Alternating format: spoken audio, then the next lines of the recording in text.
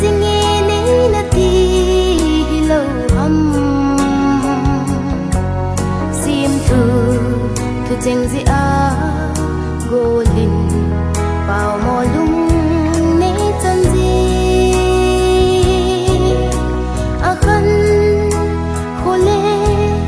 a thiam thu cheng zang kilel man nai lo ha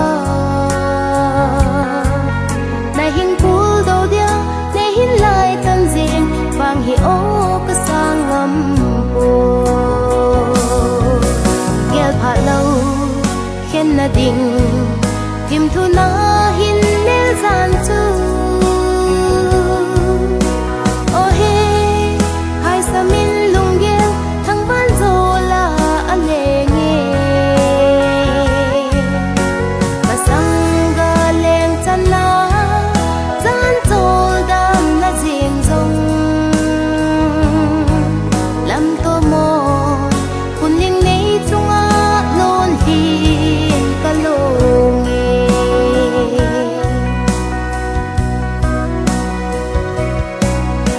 lung si na zong hi nang in nei na lam hil do chu hi lo ham ul do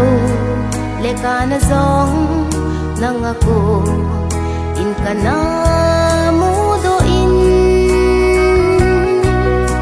ka gen lung lai a zong chang ka lo lam lo hian na a hi ta khang khat pa lai hi nang ngai na a ka chul